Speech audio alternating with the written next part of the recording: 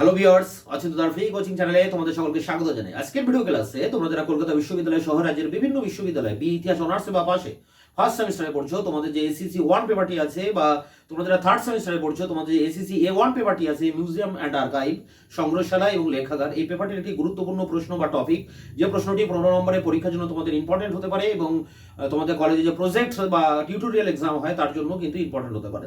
প্রশ্নটি হচ্ছে ভারতের সংগ্রহশালার ইতিহাস। এই প্রশ্নটি নিয়ে বিস্তারিত আলোচনা করবো এই ভিডিও ক্লাসে, এবং এর শেষে ক্লাসের শেষে এর যে উত্তর, সেই উত্তরটিও তোমাদেরকে প্রোভাইড করবো। তাহলে প্রশ্নটি একবার দেখে নেবো যে আমাদের প্রশ্ন কি রয়েছে। দেখো, ভারতে সংগ্রহশালার ইতিহাসটি আলোচনা করো। ভারতে প্রথম সংগ্রহশালা যেদিন প্রতিষ্ঠিত হয় সেই থেকে আজকের দিন পর্যন্ত যে সংগ্রহশালা প্রতিষ্ঠিত হয়েছে, একাধিক সংগ্রহশালা, কারণ ভারতবর্ষে প্রায় কয়েকশো সংগ্রহশালা রয়েছে বা মিউজিয়াম জাদুঘর রয়েছে, তার একটা ধারা বিবরণীর ইতিহাস আমাদের এখানে আলোচনা করতে হবে। তো এই প্রশ্নে যাওয়ার আগে আমরা এটাই বলবো যে এই যে সংগ্রহশালা এবং লেখাগার, এই যে পেপারটি, এই পেপারটির যে সিলেবাস, সেই সিলেবাসটা যদি তোমরা মন দিয়ে পড়ো বা দেখো, শোনো, বোঝো, তাহলে দেখবে যে অনেকটা স্বচ্ছ ধারণা হয়ে যাবে তোমাদের এই সিলেবাস সম্পর্কে, এবং এর ভিতরে কি রয়েছে, কি কি প্রশ্ন হতে পারে, একটা স্বচ্ছ বেসিক ধারণা তোমাদের কিন্তু হয়ে যাবে। তো সেই ভিডিওটি, সেই সিলেবাসের ডিসকাস ভিডিওটি এবং এই পেপারটির গুরুত্বপূর্ণ কিছু প্রশ্ন, যেমন সংগ্রহশালা কাকে বলে, তার শ্রেণী বিভাগ, লেখাগার কাকে বলে, তার শ্রেণী বিভাগ, সংগ্রহশালার প্রদর্শন নীতি, শিক্ষা সমাজে লেখাগারের ভূমিকা, শিক্ষার সমাজে লেখাগারের ভূমিকার পাশাপাশি গোষ্ঠীর উন্নয়নে সংগ্রহশালার ভূমিকা, এরকম ইত্যাদি প্রশ্নের যে ভিডিও লেকচার ক্লাস এবং তার যে উত্তর আমি কিন্তু আমার এই ভিডিও ইউটিউব চ্যানেলে আমি আপলোড করেছি। তার লিঙ্ক, প্রত্যেকটা ভিডিওর লিঙ্ক আমার এই ভিডিওর ডেসক্রিপশন বক্সে দেওয়া থাকবে, তোমরা সেই ভিডিওগুলো দেখে নিতে পারো। তো আমরা আমাদের মূল টপিকে চলে আসি। দেখো, ভারতের সংগ্রহশালার ইতিহাস বর্ণনা করতে গেলে আগে সংগ্রহশালা কাকে বলে সেটাও জানতে হবে। যদিও ওই সংগ্রহশালা কাকে বলে সে সম্পর্কে ভিডিও আমি এর আগে প্রত্যেকটি ভিডিওতে দিয়েছি, তবু সংক্ষেপে এটুকুই বলার, ইংরেজিতে সংগ্রহশালাকে আমরা বলি মিউজিয়াম। তা মিউজিয়াম, ইংরেজিতে মিউজিয়াম হলেও এর বাংলা অর্থ সংগ্রহশালা বা সংগ্রহালয়, বা অনেক সময় আমরা জাদুঘরও বলে থাকি। সংগ্রহশালা হলো মানব জাতির ঐতিহ্যের ধনভাণ্ডার। মানুষের আশা, স্বপ্ন, সংস্কৃতি সবকিছুই সুরক্ষিত, সংরক্ষিত থাকে এই সংগ্রহশালায়। তো সংগ্রহশালা সাধারণত যারা শিক্ষার্থী, যারা গবেষক, বা যারা চিত্র পরিচালক, বৈজ্ঞানিক, তারা তাদের গবেষণার পারপাস এই সংগ্রহশালা ব্যবহার করে থাকেন, এবং সংগ্রহশালায় একটা একটা মানব সভ্যতার, একটা সংস্কৃতির পুরো ইতিহাসটা ধরা থাকে এই সংগ্রহশালায়। এবং সংগ্রহশালায় মানুষ এবং প্রকৃতির যে সৃষ্টি বা তাদের যে উদ্ভাবনী, সেই বিষয়গুলো কিন্তু ধরা থাকে এই সংগ্রহশালায়। এটা আমরা এর আগের ভিডিওতে আলোচনা করেছি বা তোমরা কম বেশি জানো। তা সংগ্রহশালা যিনি দেখাশুনো করেন তাকে আমরা কি বলি? সংগ্রহশালা যিনি দেখাশুনো করেন তাকে বলি আমরা কিউরেটর। এবং সংগ্রহশালা যে কথাটা মিউজিয়াম, এই কথাটি কিন্তু ইংরেজি শব্দ, এটা ল্যাটিন শব্দ হলেও, মানে ল্যাটিন থেকে এর উৎপত্তি হয়েছে, কিন্তু এর মূল উৎস কিন্তু গ্রিক শব্দ মিউজিয়াম থেকে এই মিউজিয়াম কথাটি এসেছে, যার অর্থ হচ্ছে মিউজ, দেবতাদের মন্দির। সাহিত্য, সঙ্গীত এবং কলার যে নজন দেবী আছে তাদের মন্দিরকে বলা হয় মিউজ। টাইটান দেবী নেমোসাইনের সাথে দেবতা জিউসের মিলনের ফলে এই দেবীদের কিন্তু উৎপত্তি হয়েছিল। এগুলো হচ্ছে ব্যুৎপত্তিগত অর্থ। এখন আমরা আলোচনায় আসবো যে মূল আলোচনায়, যে সংগ্রহশালা কাকে বলে। দেখো, সংগ্রহশালা কাকে বলে এ নিয়ে বিভিন্ন ডিকশনারি যেগুলো রয়েছে, অভিধান, তারা কিন্তু নানা রকম সংজ্ঞা দিয়েছেন। যেমন অক্সফোর্ড লিভিং ডিকশনারি রয়েছে, যেমন কলেজ ডিকশনারি রয়েছে, ব্রিটিশ যুক্তরাষ্ট্রে মিউজিয়াম অ্যাসোসিয়েশন তারাও একটা সংজ্ঞা প্রদান করেছে। আবার আন্তর্জাতিক মিউজিয়াম সংস্থা, যাকে আমরা আইকম বলি, ইন্টারন্যাশনাল কাউন্সিল অফ মিউজিয়াম, তারাও কিন্তু 1946 সালে একটা সংজ্ঞা প্রদান করেছে। তাই এই সব সংজ্ঞাগুলো থেকে এটাই মূল জিনিস বেরিয়ে আসে যে মিউজিয়াম হচ্ছে এমন একটি গৃহ যেখানে অত্যাচার্য বা মূল্যবান জিনিসপত্র থাকে, যেমন শিল্পকলা বা কোনো ঐতিহাসিক বস্তু, এগুলো চিরস্থায়ীভাবে সেখানে সংরক্ষণ করে রাখা হয় এবং দর্শকদের সামনে প্রদর্শন করা হয়, শিক্ষার উদ্দেশ্যে প্রদর্শন করা হয়, এবং এখানে জ্ঞান চর্চা করা হয়, গবেষণা করা হয়, এবং এটি একটি স্থায়ী তবে অলাভজনক একটি সংস্থা। তাহলে মূল বিষয়টা যেটা বেরিয়ে আসে যে সংগ্রহশালা কি? সংগ্রহশালা হচ্ছে এমন একটি গৃহ বা এমন একটি কক্ষ বা এমন একটি স্থান বা এমন একটি ভবন, যে ভবনে সব অত্যাচার্য জিনিস, ঐতিহাসিক পুরাতাত্ত্বিক জিনিস, নানা রকম শিল্পকর্ম, যেগুলো চিরস্থায়ীভাবে প্রদর্শন করা হয় জনগণের কাছে শিক্ষা বিস্তারের উদ্দেশ্যে, সেই ঘরটিকে আমরা বলবো মিউজিয়াম বা সংগ্রহশালা বা জাদুঘর। এখন দেখো, এই ধারণাটা কিভাবে মানুষের মধ্যে এলো, যে সংগ্রহশালার ধারণাটা, সেটা একটা একটা দিক। সংগ্রহশালার ধারণাটা এলো যে মানুষ যে তার যে গুরুত্বপূর্ণ জিনিসপত্রগুলো থাকে সেগুলো সে সংরক্ষণ করে রাখে, তার বাড়িতেই সংরক্ষণ করে রাখে। এই জায়গা থেকে, এই কনসেপ্ট থেকে পরবর্তীকালে তৈরি হয় এই সংগ্রহশালা। ভারতবর্ষে দক্ষিণ ভারতে যে আমাদের মন্দিরের শহর বলি, সেই মন্দিরে দেবতার উদ্দেশ্যে যে মানুষরা অনেক কিছু দান করেন, সোনার বা রূপার বা বিভিন্ন হাতির দাঁতের কারুকার্য করা অলংকার, সোনার উপর অলংকার, পুজোর বাসন কোসন এবং দেবতার উদ্দেশ্যে নানা রকম যে সামগ্রী, পূজার সামগ্রী দান করা হয়, সেগুলো কিন্তু ওই মন্দিরেই সংরক্ষণ করে রাখা হয়। সেই সংরক্ষণ করে রাখা হয় যে ঘরটা, সেটা একটা সংরক্ষণাগার, একটা মিউজিয়াম। পরবর্তীকালে ওটাই মিউজিয়ামে পরিণত হয়। তো এইভাবে একটা কনসেপ্ট তৈরি হয় এই সংগ্রহশালার। পৃথিবীতে প্রথম সংগ্রহশালা গড়ে ওঠে আলেকজান্দ্রিয়া শহরে, মিশরের।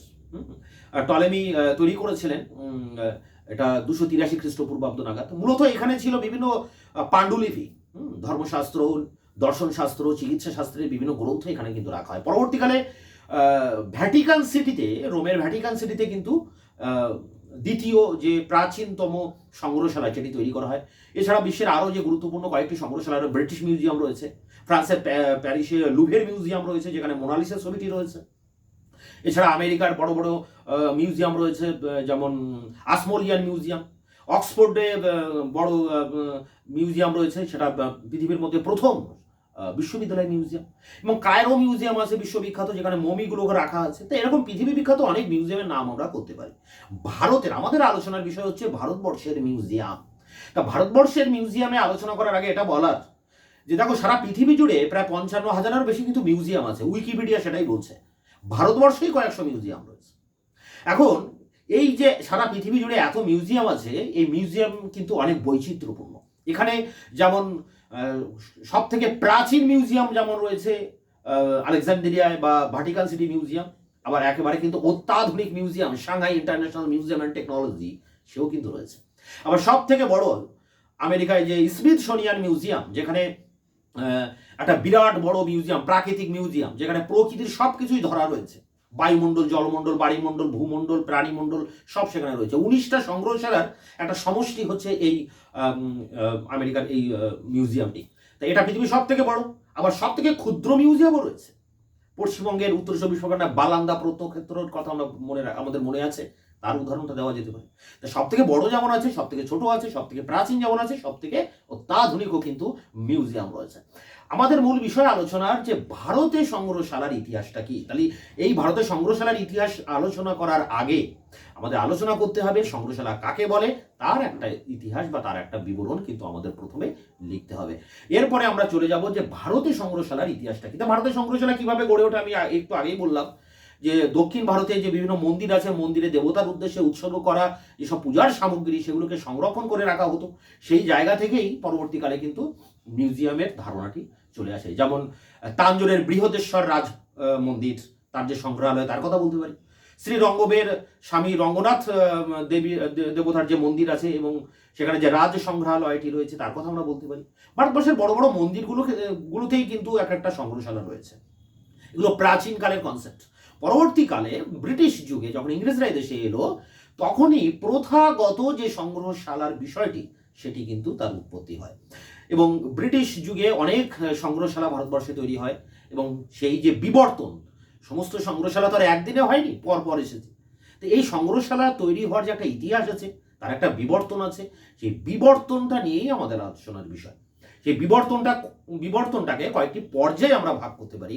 সেই পর্যায়গুলো আমরা একবার চোখ বুলিয়ে নিই। দেখো, প্রথমে হচ্ছে প্রাক পর্যায়, একদম প্রথম প্রাক পর্যায় বা বলা যায় কোম্পানি পর্যায়। মানে কোম্পানি যখন এই দেশে আসে 1757 পলাশী যুদ্ধের ভিতর দিয়ে, তারপরে 1857 সিপাহী বিদ্রোহের আগ পর্যন্ত কোম্পানির শাসন চলে। তারপরে কোম্পানির হাতে থেকে সেই ক্ষমতা চলে যায় ভিক্টোরিয়ার হাতে। তা ভিক্টোরিয়ার যুগ চলে 1758 থেকে 1857 কোম্পানি পর্যায়ে। 1857 পরে কোম্পানির শাসনের অবসান হয়। রানী ভিক্টোরিয়া তার যে ঘোষণাপত্র, তার মাধ্যমে ভারতের শাসনভার নিজের হাতে তুলে নেন। শুরু হয় ভিক্টোরিয়ার যুগ 1857 থেকে 1906। 1906-এ লর্ড কার্জন ভারতে আসেন গভর্নর জেনারেল হিসেবে, সেই বিখ্যাত লর্ড কার্জন যিনি বঙ্গভঙ্গ করেন। এনার সময় ইনি প্রত্নতত্ত্ব বিভাগ তৈরি করেন ভারতবর্ষে। এবং এই প্রত্নতত্ত্ব বিভাগের যিনি প্রধান ছিলেন সেই সময়কার জন মার্শাল, তো এনাদের টাইমটা চলে 1901 থেকে 27। লর্ড কার্জন 27 পর্যন্ত ছিলেন না, কিন্তু তিনি যাকে নিয়োগ করেন জন মার্শাল, তিনি কিন্তু 27 পর্যন্ত বল তবিয়েতে ছিলেন এবং ভারতবর্ষের ইতিহাসকে তিনি পুনরুদ্ধার করেছিলেন।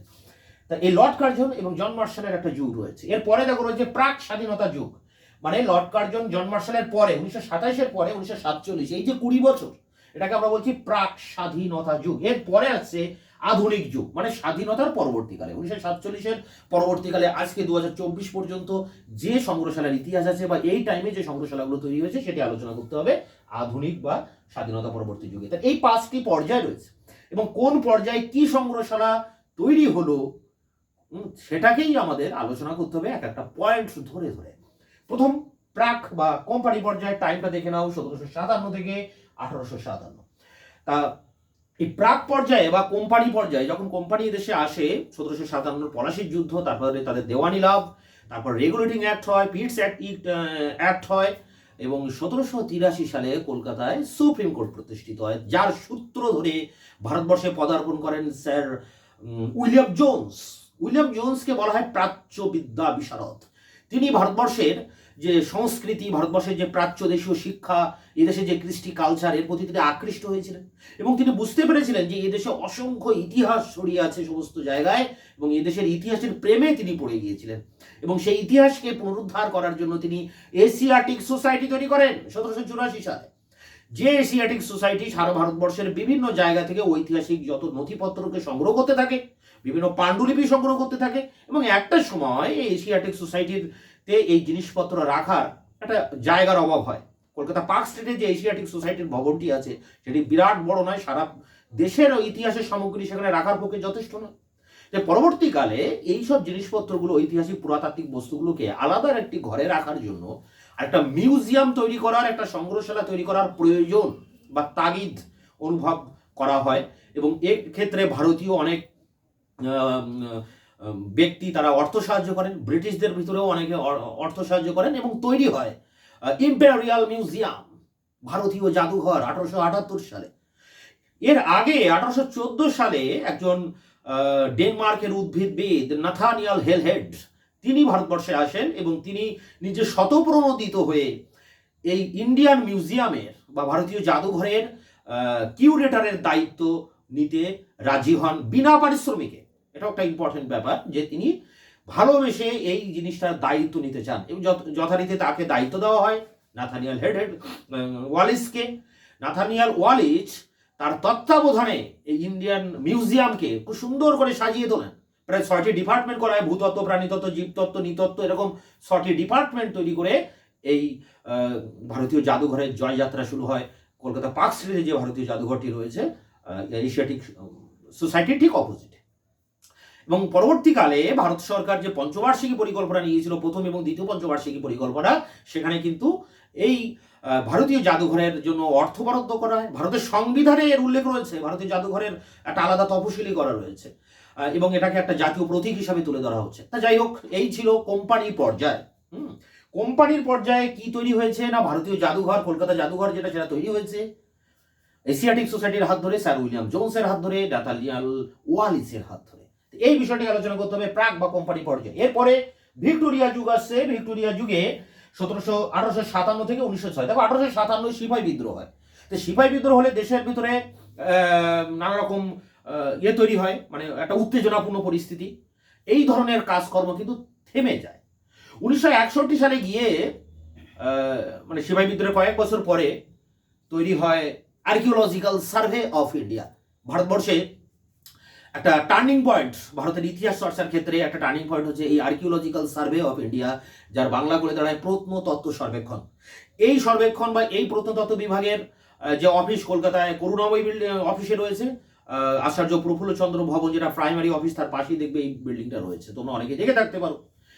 এর সদর দপ্তর যদিও দিল্লিতে রয়েছে এবং ভারতবর্ষের বিভিন্ন শহরে এর কিন্তু ব্রাঞ্চ রয়েছে। তাই এদের কাজ কি, ভারতে যত ঐতিহাসিক জায়গা রয়েছে, যত প্রত্নতাত্ত্বিক ক্ষেত্র রয়েছে, সেগুলোকে তত্ত্বাবধান করা, তাকে নিয়ন্ত্রণ করা, ভারতের ইতিহাসের সবকিছুকে কন্ট্রোল করার দায়িত্ব হচ্ছে এই আর্কিওলজিক্যাল সার্ভে অফ ইন্ডিয়া।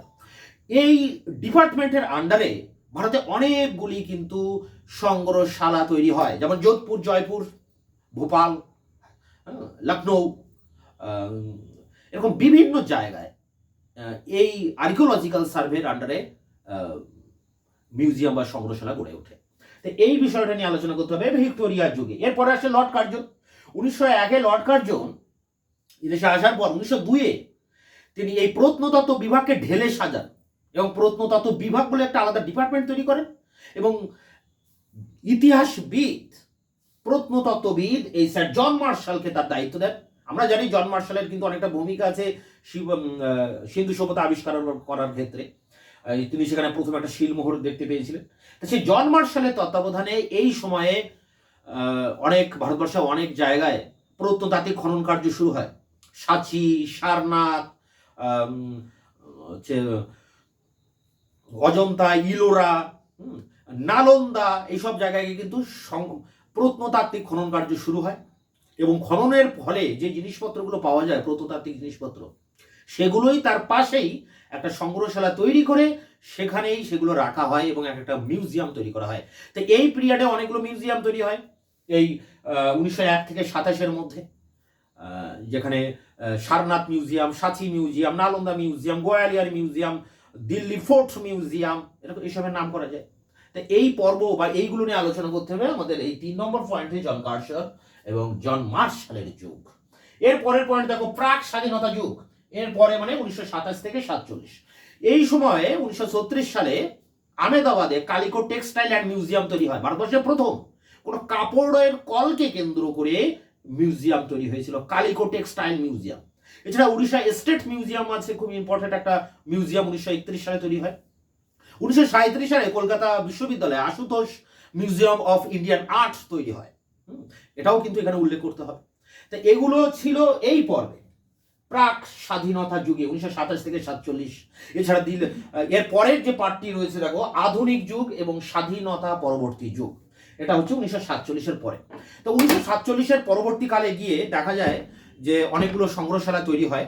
যেমন 1947-এ একটা বড় সংগ্রহশালা তৈরি হয়েছিল, যাকে বলা যায় জাতীয় সংগ্রহশালা 1947 সালে, যেটা দিল্লিতে রয়েছে। এরপরে যেমন সালারজং মিউজিয়াম আছে হায়দ্রাবাদে, হ্যাঁ, ক্রাফট মিউজিয়াম আছে দিল্লিতে হস্তশিল্পের উপরে। এছাড়া রয়েছে Indian science of modern science museum. এছাড়া রয়েছে আমাদের কলকাতায় Birla industrial and technological museum, যাকে সমস্ত যে মিউজিয়াম আছে বা সংগ্রহশালা আছে তার জননী বলা হয় একে, এই তারামণ্ডল বা বিড়লা ইন্ডাস্ট্রিয়াল অ্যান্ড টেকনোলজিক্যাল মিউজিয়ামকে। এছাড়া ইন্দিরা গান্ধী মানব সংগ্রহালয়ের কথা বলা যায়। পরবর্তীকালে আরো অনেক ব্যক্তি কেন্দ্রিক সংগ্রহশালা হয়, যেগুলো মেমোরিয়াল হল বলা হয়, যেমন Gandhi Memorial, Nehru Memorial, Indira Gandhi Memorial, এরকম একাধিক কিন্তু সংগ্রহশালা তৈরি হয় এই পিরিয়ডে 1947-এর পরবর্তীকালে। একবার আমরা শর্টে দেখে নেবো যে কি আমরা আলোচনা করলাম। প্রথমে ভারতের সংগ্রহশালার ইতিহাসে বলতে গেলে আমরা আলোচনা করব যে সংগ্রহশালা কাকে বলে, সেই বিষয়টা নিয়ে আলোচনা করব। তারপরে চলে যাব সেই সংগ্রহশালার বিভিন্ন ভাগগুলো নিয়ে। প্রথমে আছে প্রাক বা কোম্পানি পর্যায়ে, যেখানে ভারতীয় জাদুঘর তৈরি হচ্ছে এশিয়াটিক সোসাইটির হাত ধরে, স্যার উইলিয়াম জোন্স এবং নাথানিয়াল ওয়ালিসের হাত ধরে। ভিক্টোরিয়া যুগ, এই সময়ে যেটা তৈরি হচ্ছে আর্কিওলজিক্যাল সার্ভে অফ ইন্ডিয়া, এটা তৈরি হচ্ছে। সব থেকে গুরুত্বপূর্ণ বিষয় ওটাই, এবং তাদের আন্ডারে ভারতের জয়পুর, গোয়ালিয়র, লখনৌ, উদয়পুর, এইসব জায়গায় সংগ্রহশালা তৈরি হচ্ছে। লর্ড কার্জন, জন মার্শাল, এনাদের সময় অনেকগুলো ভারতবর্ষে যে প্রত্নতাত্ত্বিক খনন কার্য হচ্ছে, সারনাথ, সাঁচি, নালন্দা, এইসব জায়গায়, এবং সেখানে সংগ্রহশালা তৈরি হচ্ছে। প্রাক স্বাধীনতা যুগে 3টি মিউজিয়ামের কথা আমরা খুব ভালো করে মনে রাখতে পারি। সেটি হচ্ছে 1931-এ উড়িষ্যা স্টেট মিউজিয়াম, 1937-এ কলকাতায় আশুতোষ মিউজিয়াম, এবং 1931-এ রয়েছে আহমেদাবাদে কালিকো টেক্সটাইল মিউজিয়াম। এরপরে দেখো আধুনিক যুগ এবং স্বাধীনতা পরবর্তী যুগ, যেখানে আমরা বলতে পারি 1947-এর যে জাতীয় সংগ্রহশালা দিল্লিতে তৈরি হয়, craft museum, Indira Gandhi Manav Sangrahalaya, national science and মিউজিয়ামের কথা বলা যায়, এবং অবশ্যই বিড়লা ইন্ডাস্ট্রিয়াল অ্যান্ড টেকনোলজিক্যাল মিউজিয়ামের কথা বলা যায়। তো এই ছিল ভারতবর্ষের সংগ্রহশালার একটা ইতিহাস, তার একটা ক্রমবিপর্যয়ের সংক্ষিপ্ত ইতিহাস। সম্পূর্ণ বক্তব্য, এই যে এত বছরের ইতিহাস আর এই 10 মিনিটে আলোচনা করা সম্ভব নয়। যতটুকু পয়েন্ট ধরে ধরে আলোচনা করা যায় সার সংক্ষেপে সেটুকু বললাম। এবার এর যে উত্তরটি তোমাদের লিখতে হবে, সেই উত্তর নিয়ে আমরা এবার অন স্ক্রিনে আলোচনা করব। সংগ্রহশালা গড়ে ওঠার ইতিহাস আলোচনা করো। এটি 15 নম্বরের জন্য ইম্পর্টেন্ট, বা তোমাদের কলেজে প্রজেক্ট দিলে 1000 ওয়ার্ডে, তার জন্য কিন্তু এটা লিখতে পারো। তা প্রথমে সংগ্রহশালা কাকে বলে সেটি লিখতে হবে। মিউজিয়ামের বাংলা অর্থ সংগ্রহশালা বা সংগ্রহালয় হলেও অনেক সময় জাদুঘরও বলা হয়। সংগ্রহশালা হলো মানবজাতির ঐতিহ্যের ধনভাণ্ডার, মানুষের স্মৃতি, সংস্কৃতি, স্বপ্ন, আশা সংগ্রহশালায় সংরক্ষিত থাকে। ইংরেজিতে মিউজিয়াম কথাটি প্রথম ব্যবহার হয় সপ্তদশ শতাব্দীতে। ইংরেজি মিউজিয়াম কথাটি ল্যাটিন শব্দ থেকে এলো, এর মূল উৎস গ্রিক। গ্রিক শব্দ মিউজিয়ানের অর্থ মিউজ, দেবতার মন্দির। কলিন্স অভিধান অনুসারে মিউজিয়াম হলো এমন একটি গৃহ যেখানে আকর্ষণীয় মূল্যবান বস্তু যথা শিল্পকর্ম অথবা ঐতিহাসিক বস্তু সংরক্ষিত, চর্চা ও জনসাধারণের জন্য প্রদর্শিত করা হয়। অক্সফোর্ড লিভিং ডিকশনারি অনুসারে মিউজিয়াম হলো এমন একটি গৃহ যেখানে ঐতিহাসিক, বৈজ্ঞানিক, শৈল্পিক অথবা সাংস্কৃতিক গুরুত্বপূর্ণ বস্তু সংরক্ষণ এবং প্রদর্শন করা হয়। আন্তর্জাতিক মিউজিয়াম সংস্থা I.Com, international council of museum, 1946 সালে মিউজিয়ামের যে সংজ্ঞা দিয়েছে তা হলো মিউজিয়ামের অর্থে বোঝায় বোটানিক্যাল গার্ডেন ও চিড়িয়াখানা সমেত শৈল্পিক, প্রযুক্তিগত, বৈজ্ঞানিক, ঐতিহাসিক, প্রত্নতাত্ত্বিক বস্তু যা সাধারণের জন্য উন্মুক্ত। এরপর এটা আমরা সংগ্রহশালা কাকে বলে সেটি নিয়ে আলোচনা করলাম। পরের পয়েন্টে আসছে ভারতের সংগ্রহশালার ইতিহাস নিয়ে। দেখো, ভারতের সংগ্রহশালার ইতিহাস বর্ণনা করতে গেলে প্রথমে ভারতের ধর্মস্থান ও মন্দির কেন্দ্রিক সংগ্রহের ভাণ্ডারগুলি বিশ্লেষণ করা দরকার। দক্ষিণ ভারতের অনেক মন্দির ও দেবতার স্থানগুলিতে দেবতার নামে উৎসর্গকৃত অমূল্য অলঙ্কার, রত্ন, রাজি, ধাতু পাত্র, হাতির দাঁতের কারুকার্য করা অলঙ্কার, কাঠের বিভিন্ন দ্রব্য, পূজার সার সরঞ্জাম প্রভৃতি সংরক্ষিত থাকতো এবং এখনও আছে। এই সংগ্রহের উপর ভিত্তি করে পরবর্তীকালে কতগুলি সংগ্রহশালা গড়ে উঠেছে। এদের মধ্যে উল্লেখযোগ্য হলো তাঞ্জোরের বৃহদেশ্বর মন্দির সংলগ্ন রাজার সংগ্রহালয়, শ্রী রঙ্গনাথ স্বামী দেবস্থান মিউজিয়াম, মাদুরাইয়ের মীনাক্ষী সুন্দরেশ্বর মন্দির সংগ্রহালয়। এছাড়া সর্বাপেক্ষা উল্লেখযোগ্য সংগ্রহ রয়েছে তিরুপতি বিশ্ববিদ্যালয় পরিচালিত তিরুপতি শ্রী ভেঙ্কটেশ্বর মিউজিয়াম। ধর্মকেন্দ্রিক সংগ্রহশালার মধ্যে হরিদ্বারে গুরুকুল মিউজিয়াম, অমৃতসরের সেন্ট্রাল শিখ মিউজিয়াম, মধ্যপ্রদেশের সোনাঙ্গিরে দিগম্বর জৈন মিউজিয়াম উল্লেখযোগ্য। প্রাচীনকালে ভারতবর্ষের সংগ্রহশালার রূপ বিভিন্নভাবে দেখা যেত। চিত্রশালা, চিত্রবীথি, সরস্বতী ভাণ্ডার, তোষাখানা, কারখানা প্রভৃতি বিভিন্ন শিল্পজাত ও অমূল্য দ্রব্যের ভাণ্ডার ছিল। ভারতের ব্রিটিশ শাসনের সময় প্রথম প্রথাগত সংগ্রহশালার উৎপত্তি ঘটে। ভারতের সংগ্রহশালার বিবর্তনকে 5টি পর্যায়ে ভাগ করা যায়। প্রথম পর্যায়ে প্রাক পর্যায় বা কোম্পানি পর্যায়, 1757 থেকে 1858, 2 ভিক্টোরিয়া যুগ 1858 থেকে 1901, 3 লর্ড কার্জন ও জন মার্শাল যুগ 1901 থেকে 1928, প্রাক স্বাধীনতা যুগ 1928 থেকে 1947, আধুনিক পর্যায় বা স্বাধীনতা পরবর্তী পর্যায়ে 1947-এর পরবর্তীকালে। তাই এখানে সেই প্রথম পয়েন্ট আলোচনা করার আগে আরেকটু লিখতে হবে। 1857 খ্রিস্টাব্দে সিপাহী বিদ্রোহের পরবর্তী সময়ে অনেক ব্রিটিশ ভারতের ভাষা, জাত, ধর্ম, ইতিহাস, সংস্কৃতি প্রভৃতি নিয়ে ভাবতে শুরু করে। এরা বুঝতে পারে ভারতবর্ষের প্রত্নতাত্ত্বিক, নৃতাত্ত্বিক, ঐতিহাসিক দিক থেকে রত্নের ভাণ্ডার, এই রত্নকে সংরক্ষণ করা দরকার। শুধু সংস্কৃতি নয়, প্রকৃতির সম্পদেরও ভারতবর্ষে অফুরন্ত ভাণ্ডার রয়েছে। সেই সব ব্রিটিশ বিদ্বজন শাসকেরা কর্মচারী হিসেবে ভারতবর্ষে পদার্পণ করেছেন। তাদের উদ্যোগে ভারতবর্ষে গড়ে উঠেছে বিভিন্ন প্রতিষ্ঠান, যেমন Asiatic society, archaeological survey of India, botanical survey of India, geological survey of India, zoological survey of India প্রভৃতি। এদের মধ্যে এশিয়াটিক সোসাইটি ভারতে প্রথম প্রথাগত সংগ্রহশালার বীজ বপন করে। এরপরে প্রথম যে পয়েন্টটা রয়েছে প্রাক পর্যায় বা কোম্পানি পর্যায়, সেটি নিয়ে আলোচনা করতে হবে। দেখো, শহর কলকাতা ভারত তথা এশিয়ার প্রথম সংগ্রহশালা প্রতিষ্ঠার জন্য গর্ব করতে পারে। এই শহরে প্রথম সংগ্রহশালার বীজ বপন হয়েছিল 1784 খ্রিস্টাব্দে এশিয়াটিক সোসাইটির পত্তনের মাধ্যমে। 1784 সালের 12 বছর আগে 1772 সালে ভারতের প্রথম governor general Warren Hastings Murshidabad থেকে গুরুত্বপূর্ণ নথি কলকাতায় স্থানান্তরিত করে। এর ফলে কলকাতা ইস্ট ইন্ডিয়া কোম্পানির প্রধান দপ্তরে পরিণত হয়। 1783 সালে কলকাতা সুপ্রিম কোর্টের বিচারপতি হিসেবে স্যার উইলিয়াম জোনসের পদার্পণ ভারতবর্ষে সংগ্রহশালার ইতিহাসে প্রথম অধ্যায় শুরু করে। এটি পরের বছর 1784 সালের 15 জানুয়ারি স্যার জোনস তারপর 30 জন উৎসাহী সতীর্থদের নিয়ে এশিয়াটিক সোসাইটি প্রতিষ্ঠা করেন। এরপর 1800 খ্রিস্টাব্দে সরকারি দানে দেওয়া 1 নম্বর পার্ক স্ট্রিট কলকাতায় অবস্থিত জমিতে সোসাইটি তার নিজস্ব ভবন নির্মাণ করে। এরপর 1814 সালের 2 ফেব্রুয়ারি ডেনমার্কের এক উদ্ভিদবিদ ডক্টর নাথানিয়াল ওয়ালিস বিনা পারিশ্রমিকে সংগ্রহশালা দেখভালের দায়িত্ব নেওয়ার প্রস্তাব দেন। 1814 সালের 1 জুনের মধ্যে ডক্টর ওয়ালিস সংগ্রহশালা প্রতিষ্ঠার সাফল্য পান এবং পরিচালকের দায়িত্ব পান। সোসাইটির সদস্যরা এই মহান ভাবনাকে সমর্থন করেন এবং তার ফলে দুটি বিভাগ অর্থাৎ প্রত্নতাত্ত্বিক, নৃতাত্ত্বিক ও কারিগরি নিয়ে একটি এবং ভূতাত্ত্বিক ও প্রাণীতাত্ত্বিক নিয়ে আরেকটি বিভাগ সমেত ভারতের প্রথম সংগ্রহশালা স্থাপিত হয়। এরপর 1866 সালে ইন্ডিয়ান মিউজিয়াম অ্যাক্ট পাস হয় এবং ডক্টর জন আলেকজান্ডারকে ইন্ডিয়ান মিউজিয়ামের সুপারিনটেন্ডেন্ট হিসেবে নিযুক্ত করা হয়। ওই বছর সোসাইটি ইন্ডিয়ান মিউজিয়ামের ট্রাস্ট গঠন করে এবং বই, পত্রিকা, ছবি, মুদ্রা, মানচিত্রের মতো বস্তুগুলো ছাড়া সমস্ত কিছু ইন্ডিয়ান মিউজিয়ামের হাতে ন্যস্ত করে। 1875 সালে চৌরঙ্গি রোডে নতুন ভবনে সমস্ত বস্তু স্থানান্তরিত করা হয় এবং 1878 সালের 1 এপ্রিল বর্তমান ভবনটি দর্শকদের জন্য উন্মুক্ত করা হয়। বর্তমানে এর 6টি বিভাগ রয়েছে: শিল্পকলা, পুরাতত্ত্ব, নৃতত্ত্ব, ভূতত্ত্ব, প্রাণীতত্ত্ব, অর্থনৈতিক, উদ্ভিজ্জ। ভারতীয় সংবিধানের 7ম তফসিলে এই প্রতিষ্ঠানকে জাতীয় গুরুত্বপূর্ণ প্রতিষ্ঠানের মর্যাদা দেওয়া হয়েছে। এটি বর্তমানে ভারত সরকারের সাংস্কৃতিক মন্ত্রকের পরিচালনাধীন। ইতিমধ্যে ভারতবর্ষের অন্যান্য স্থানে সংগ্রহশালা প্রতিষ্ঠা হতে শুরু করে। 1815 সালে মাদ্রাজ সেন্ট্রাল মিউজিয়াম, বর্তমান government museum, fort Saint George কলেজে স্থাপিত হয়। এটি ভারতের দ্বিতীয় প্রাচীনতম সংগ্রহশালা।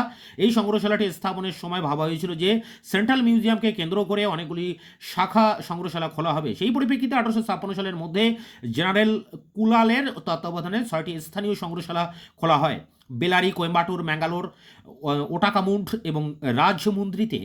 1851 খ্রিস্টাব্দে ভারত তথা এশিয়ার প্রথম মেডিকেল মিউজিয়াম স্থাপিত হয়, গ্র্যান্ড মেডিকেল কলেজ, বোম্বাইয়ে। 1857 সালে ত্রিবান্দ্রম মিউজিয়াম স্থাপিত হয়। 1857 সালের মধ্যে ভারতে প্রায় 12টি সংগ্রহশালা স্থাপিত হয়। এবার 2 নম্বর পয়েন্ট, ভিক্টোরিয়া যুগ, 1858 থেকে 1901।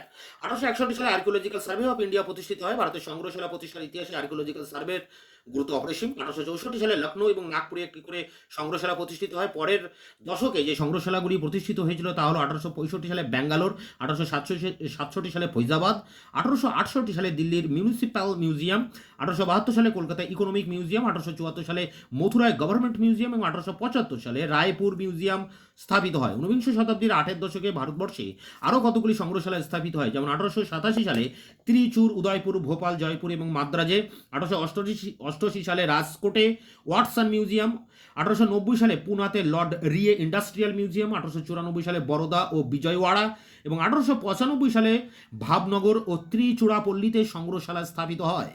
3 নম্বর পয়েন্ট, লর্ড কার্জন ও জন মার্শাল, 1901 থেকে 1928। বিংশ শতাব্দীর শুরুতে ভাইসরয় লর্ড কার্জন 1899 থেকে 1907 এই টাইমে তিনি ভারতে ছিলেন এবং আর্কিওলজিক্যাল সার্ভে অফ ইন্ডিয়ার ডাইরেক্টর স্যার জন মার্শালের উদ্যোগে ভারতবর্ষের সংগ্রহশালা স্থাপনার এক নতুন যুগের সূচনা হয়। এই দুই ব্যক্তি ভারতবর্ষের সাংস্কৃতিক ঐতিহ্য সংরক্ষণের প্রভূত উদ্যোগ নিয়েছিলেন। তার ফলশ্রুতি হিসেবে একের পর এক সংগ্রহশালা স্থাপিত হয়।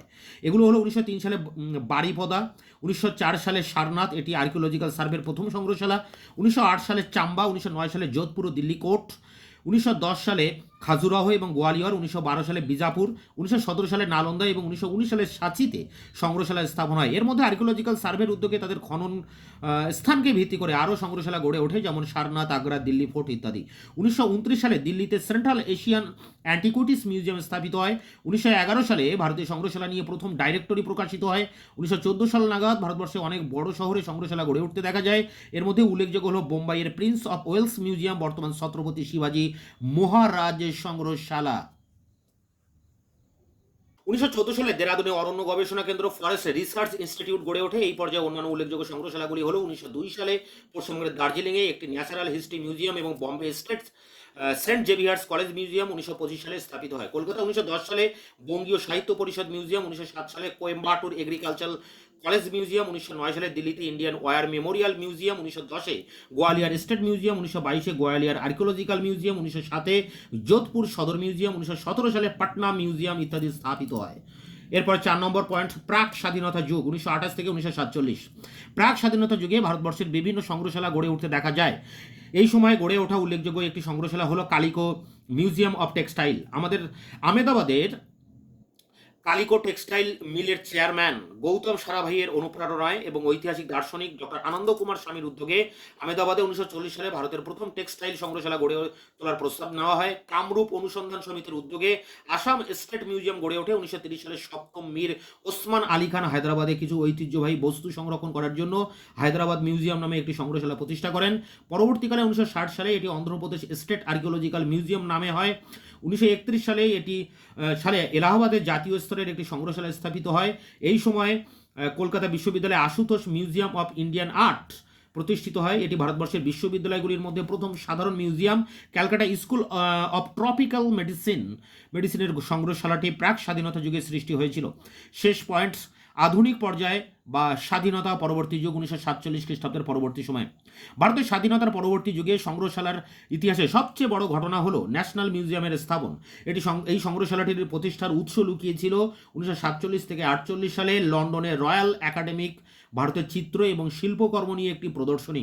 1949 সালে রাষ্ট্রপতি ভবনে প্রদর্শনটি করা হয়। 1949 সালে 15ই আগস্ট ভারতের তৎকালীন গভর্নর জেনারেল চক্রবর্তী রাজা গোপালাচারী ন্যাশনাল মিউজিয়াম বা জাতীয় সংগ্রহশালার উদ্বোধন করেন।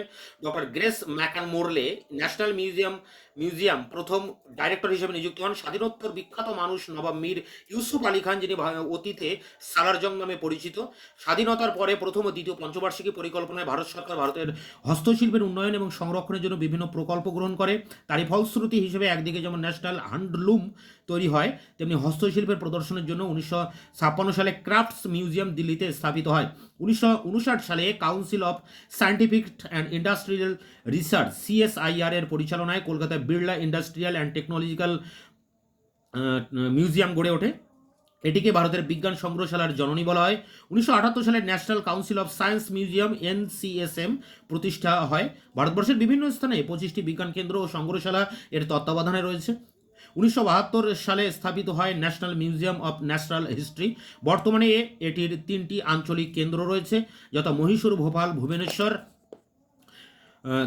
1977 সালে দিল্লিতে প্রতিষ্ঠিত ন্যাশনাল মিউজিয়াম অফ ম্যান, যা পরবর্তীকালে ইন্দিরা গান্ধী রাষ্ট্রীয় মানব সংগ্রহালয় নামে পরিচিতি লাভ করে বা পরিচিত হয়। তো এই পর্যন্ত ছিল তোমাদের ভারতের সংগ্রহশালার ইতিহাস। এটি 15 নম্বরের জন্য, এবং তোমাদের টিউটোরিয়ালে যে 1000 ওয়ার্ডের জন্য এই নোটসটা তোমরা করতে পারো।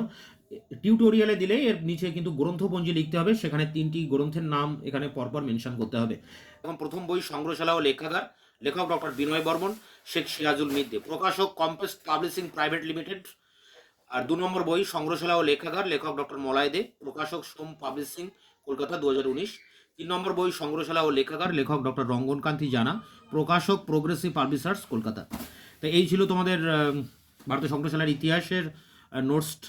তোমাদের 15 নম্বরে যদি দেয় তাহলে এটা তোমরা একটু বড় হবে, 1000 ওয়ার্ডের উপরে লেখা আছে, তোমাদের 700 750 ওয়ার্ডে লিখতে হবে। তোমরা একটু শর্ট করে পয়েন্টগুলো ধরে ধরে মোটামুটি লিখবে। আর যদি তোমাদের 1000 ওয়ার্ডের প্রজেক্টের জন্য তৈরি করতে হয় তাহলে কিন্তু পুরো নোটসটাই কিন্তু অ্যান্সার করতে হবে।